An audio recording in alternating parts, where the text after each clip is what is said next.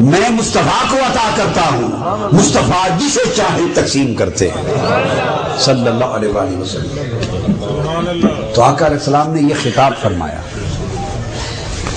اور پھر فرمایا وہ عرس تھا شہدائے احد کا، اور پھر ارشاد فرمایا لوگوں میں ابھی اسی وقت یہاں کھڑا ہوا، وہ قیامت جو ابھی تک تو وجود میں نہیں آئی ہے قیامت وجود میں۔ اب غیب کی بات بھی بتا رہا ہوں کہ چابیوں میں غیب کی چابیاں بھی شامل ہیں۔ غیب کسے کہتے ہیں؟ جو بولیے پوشیدہ، جو پوشیدہ ہو، نظر نہ آئے، حواس خمسہ اور انسان کے اپنے ذرائع سے اس کی خبر نہ ہو، غیب ہے۔ آقا علیہ السلام نے مفاتیح چابیوں کی بات کر کے ارشاد فرمایا انی الآن انظر الی حوضیہ، فرمایا اس وقت اس منبر پہ کھڑے ہوئے میں حوض کوثر کو آنکھوں سے دیکھ رہا ہوں، جو قیامت کے دن حوض ہوگا اور جس حوض سے میں آپ کو بھر بھر کے جام پلاؤں گا، ابھی منبر پہ کھڑے ہوئے اس حوض کو بھی دیکھ رہا ہوں۔ اور وہ حوض اگر قیامت کا ہے تو قیامت تو ابھی قائم نہیں ہوئی، قیامت ابھی قائم نہیں ہوئی۔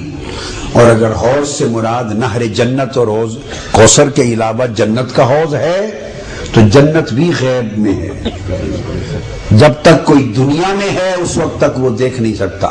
تو دونوں صورتوں میں حوض قیامت ہے یا حوض جنت ہے، دونوں صورتوں میں حوض کوثر ہے یا نہر جنت ہے، دونوں صورتوں میں وہ غیب میں ہے، دونوں صورتوں میں غیب میں ہے۔ تو فرمایا ابھی اسی منبر پہ میں آنکھوں کے ساتھ اس حوض کو بھی دیکھ رہا ہوں۔ وہ ساری باتیں بتا دی، نعرہ تکبیر، نعرہ رسالت، تو شان مصطفیٰ۔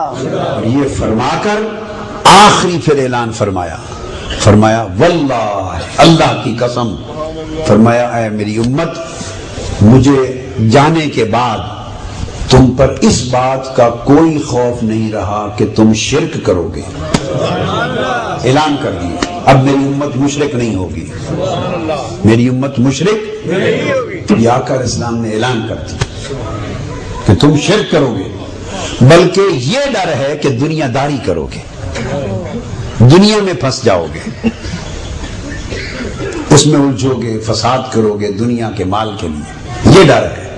مگر یہ ڈر نہیں رہا کہ شرک کرو گے۔ اللہ ان تشرکوا بعد انی لا اخاف علیکم ان تشرکوا بعد ولکن ان تتنافسوا فیہ۔ آقا علیہ السلام نے اعلان کر دیا کہ میرے بعد تم شرک نہیں کرو گے، مشرک نہیں ہوگے۔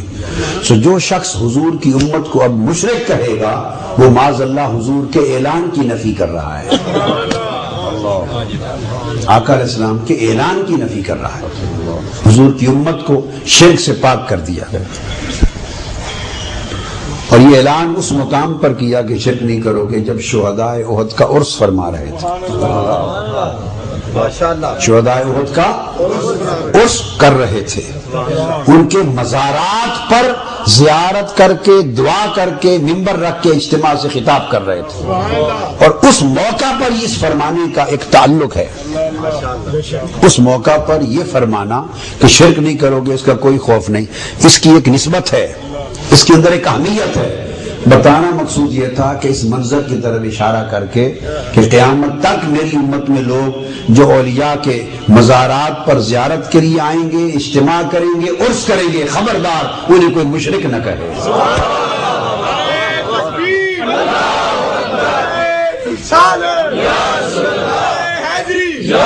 کیونکہ اس موقع پر آقا علیہ السلام نے یہ بات فرمائی ہے۔